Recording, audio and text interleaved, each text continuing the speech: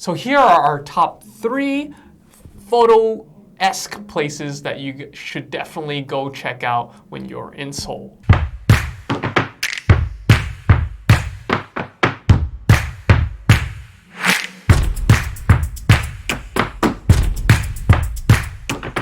Hey guys, welcome back to the Sizzle. I'm your host John and I'm Jade. Hello.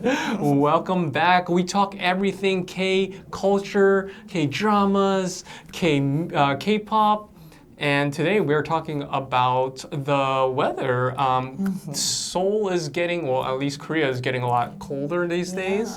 It is officially fall season. It's finally fall, and you can really feel it in the air because it was so hot. I think last week, like every day was hot, and then suddenly it's like, okay, there's a breeze. Gone way too cold at night. Too cold. Like last night, I went out with my friends. Like we went to go eat, and we're all like, why? Why? You don't even realize it because the weather changes so quickly here. Yeah, like I was talking to an older lady, and she was like, every year, the autumn time gets shorter and shorter. Yeah. It's just 1 week or 2 weeks, and then suddenly winter. When we first got here, the fall season was actually like a month. Yeah, it was like a month long, like really like best weather. Everyone wanted to go to the hangang and everything like that. So we're trying to tell you all of the places that you should go when it gets to autumn season. This is the best season, I feel, to come to Korea because it's not too hot and it's not too cold, but also important thing is the monsoon season just passed.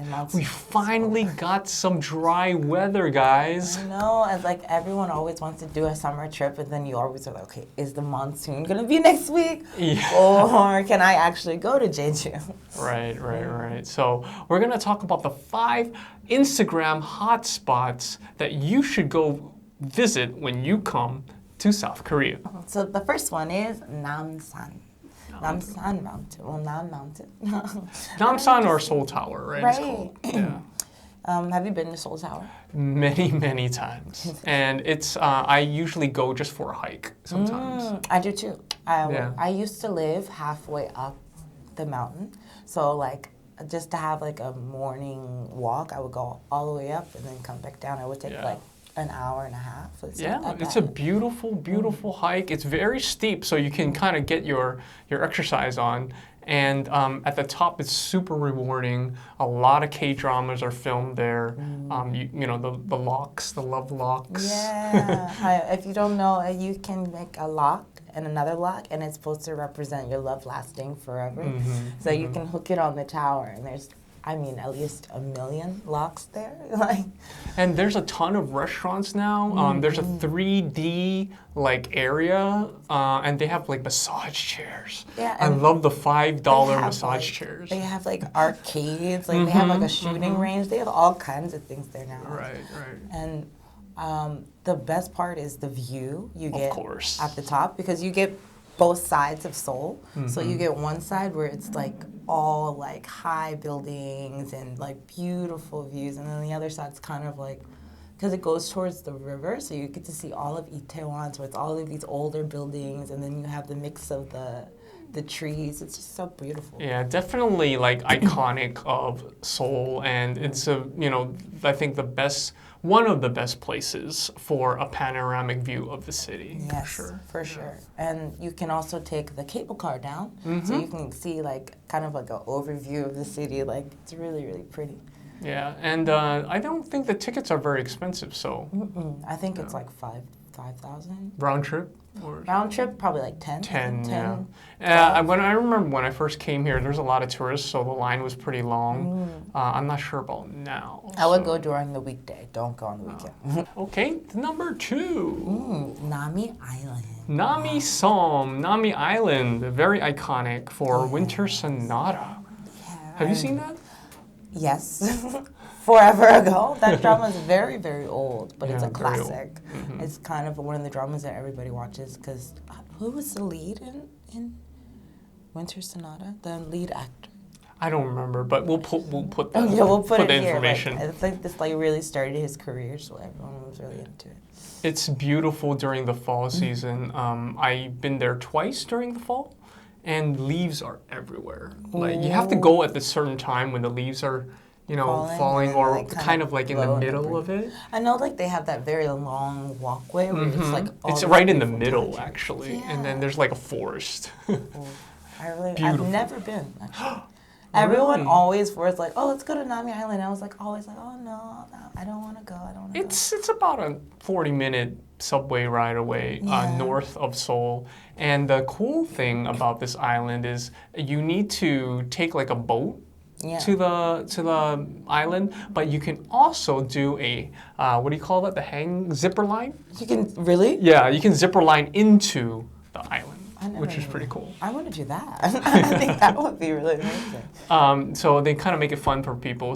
But make sure you guys go early because the later you guys go, the longer the line is for the boat.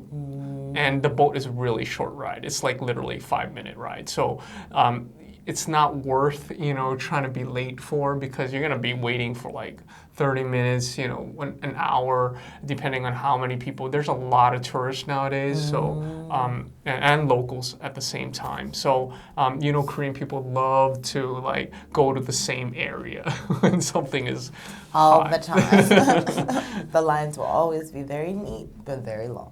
Yeah, so we definitely recommend you guys go and check out Nami Island. So the next one is Soraksan. Soraksan.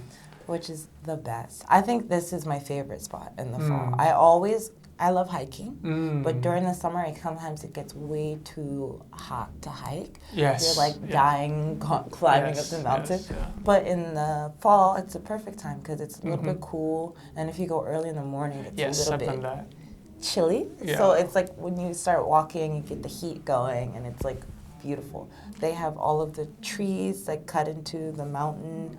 They're so pretty. And I love how Korean people bring like ramen, like the cup noodles up to the top. Like they don't, we bring sandwiches or something, They bring cup noodles. They have the hot thermos. They got coffee. They got everything when they go hiking. I've never seen people so prepared to hike until I came to this country. Like in America, we go hiking, but it's like, okay, bring your water. Just water and crackers. Like maybe like something emergency if you go really deep in the woods. But this is like, they have like huge backpacks and hiking boots and gloves and like the hiking sticks. Yeah, they go all out. Yeah, and I think also it's because there's usually 2 routes you can go, where you can go like the paved route where it's kind of easy to go, and then there's like the rocky route, and all the older people I see always do the rocky route. Which route do you enjoy better more? Me? It depends if I really want to work out or not, and what shoes I have on. If you go the rocky route and you don't have ankle support, you will regret it completely. Yeah, because there are sections where you have to kind of pull yourself up because it is pretty steep. There's like a rope you have to hold onto on some parts where that's the only way you can get up there. Yeah, and I've seen some ajumas they're strong. Like they can pull themselves up on the. Like they were moving faster than me. Like they were like going around me, and I'm like, oh, okay. Yeah, they are fit. So obviously, if you want to get your exercise in, or you want to take some beautiful, amazing scenic photos, we definitely recommend Soraksan. If you're in like the Hongdae, Shincheon, Yonsei area, then it takes maybe 20 minutes by bus, 30 minutes. You can take the bus straight there. It's like a direct bus that takes you to kind of one of the routes on the left side. But even if you live near like Kondae area or like Gangnam area, you can go up the other side by Uljunbu, but I think that takes a little bit longer. I think like 40 minutes. They have is that the one near there's a fortress wall and then... Yes. Okay, that's the one. Oh, I love... The picturesque spot, the rocky beautiful. area. So it's like one of the old walls of the city is kind of still there. And so you can walk it and it kind of takes a little bit up Soraksan, but not all the way. It's definitely a beautiful spot. Like it's kind of like a must if you come to Seoul. Like you gotta hike Soraksan. It's so popular with the locals. it gets kind of busy. Yes, especially during fall season. That's why you really have to plan your route well. There's so many different ways you can go up Toraksan. So I usually go the temple way.